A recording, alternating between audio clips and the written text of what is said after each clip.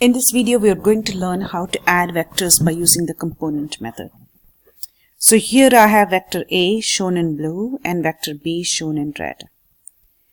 So if you want to add these two vectors, you know that we should arrange them tip to tail, and then the resultant is going to be drawn from tail 1 to tip 2, like this. So since these two vectors are not at right angles, we cannot do the Pythagorean theorem. So we need to see how we can find out the magnitude of this resultant vector. So we are going to use what is called as the component method, where we are going to split each vector into components. And that is so easily done on this grid because you can just read the magnitude of the components by using the grids. So we can see that vector A, when split into components, will give you a y component of 4 units, positive 4, and an x component of, again, positive 4 units. Similarly, if you split the B vector, it gives you x component of 4 units, positive 4 because it's pointing to the right. And notice the y component here is going to be downward, so therefore this is going to be negative 2 units. So instead of adding the two vectors, we can now add their components, because components are just parts of these vectors. So instead of adding the vectors themselves, we can add the components. And this is easily done because you can see that we can put the x components together and the y components together. So putting the x components together, because they are both pointing in the same direction, gives us a total of 8 units, which we can see clearly is represented by this vector, which represents the total x component, which is equal to 8 units.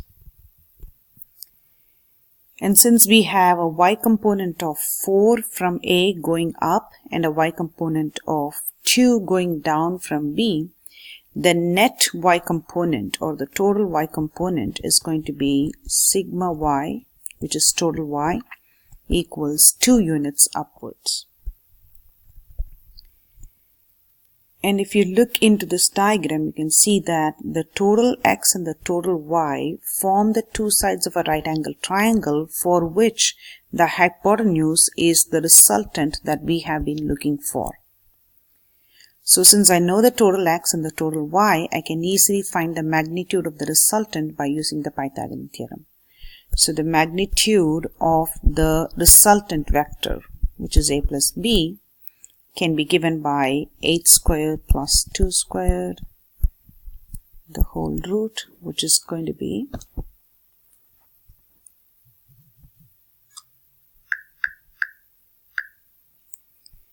8.2 units. And in order to find the direction of this vector, we can solve for this angle, and we can use a trig ratio. Tan theta is 2 over 8, so theta would be inverse tan of 2 divided by 8,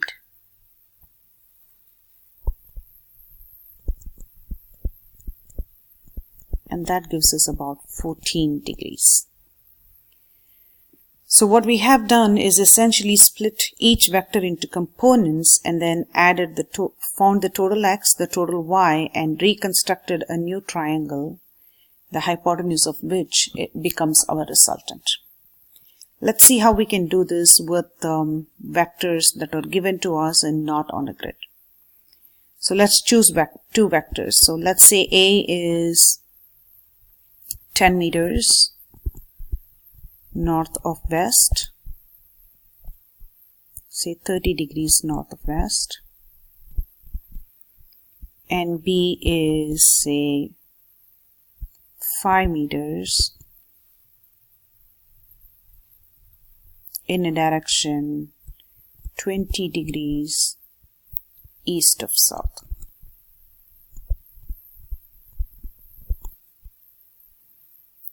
So let's draw our reference directions east, west, north and south.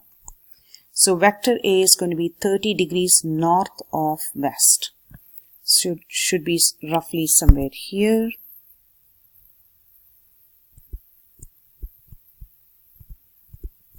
And it is about 10 meters. Vector B is 5 meters, which is 20 degrees east of south. So that means you start from south and go 20 degrees to the east direction. So it should be roughly here, and it's just 5 meters. These vectors are roughly to scale since we don't have a protractor or a ruler to draw them. So do not put a lot of faith into these diagrams because they are not drawn correctly to scale. So now we have to add these two vectors. So what the first step is to split the vectors into components. So we're going to divide each vector into its components. So vector A can be divided into the components, and this is going to give us x component like this and y component. I'm going to simply call them as x1, y1. Similarly, vector B can be divided into the x and the y component. So this is my x2 and y2. Remember, the horizontal components are labeled by the x's and the vertical components are labeled by y. So let's solve for the x and y components of the first vector. So if I want to solve for the x component, because it happens to be adjacent to the angle, I want to take cosine ratio. So cosine 30 equals x1 over 10. So x1 is 10 cosine 30. And that should be about 17.3 meters.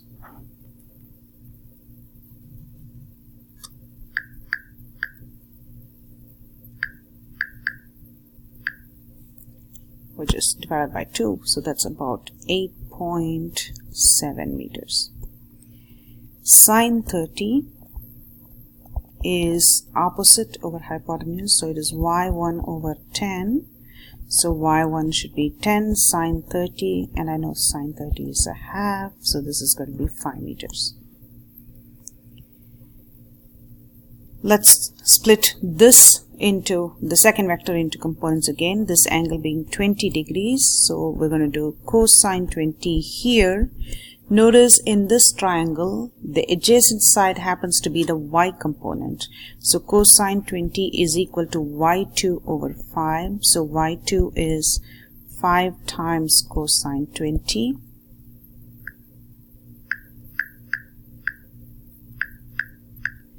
And that is 4.7 meters. And then if you take the sine ratio, sine 20 equals opposite, which happens to be x2 divided by 5. So x2 equals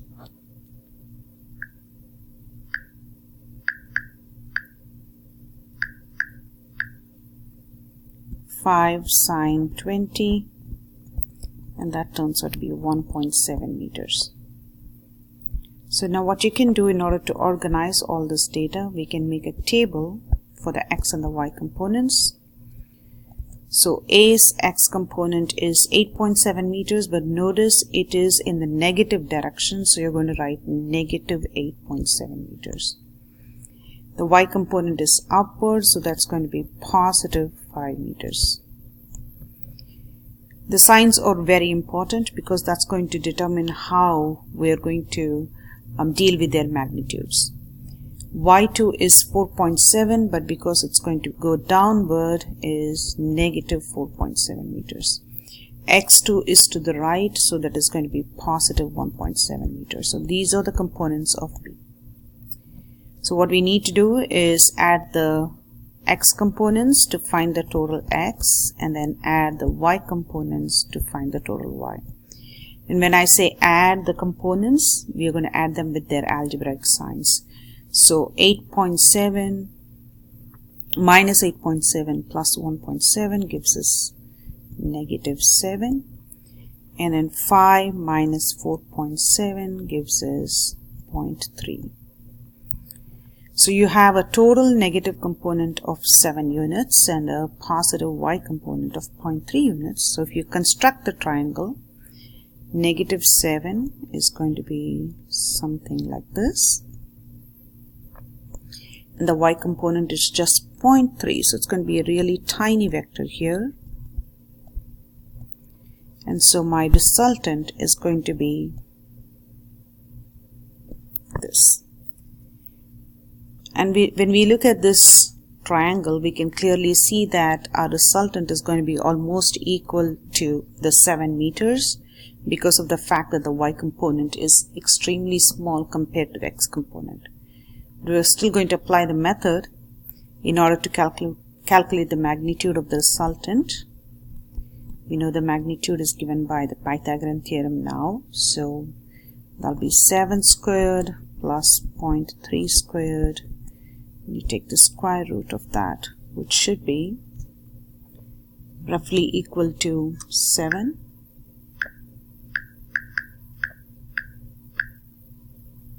So it's just only 7.01, so it's just about 7 units.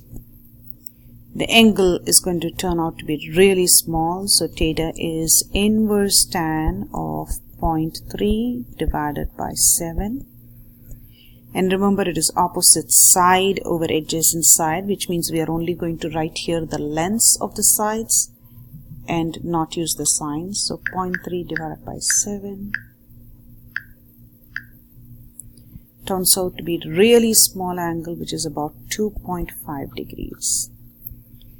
And it's 2.5 degrees. Let's notate the direction. It is with the west and it is on the north side of west, so 2.5 degrees north of west.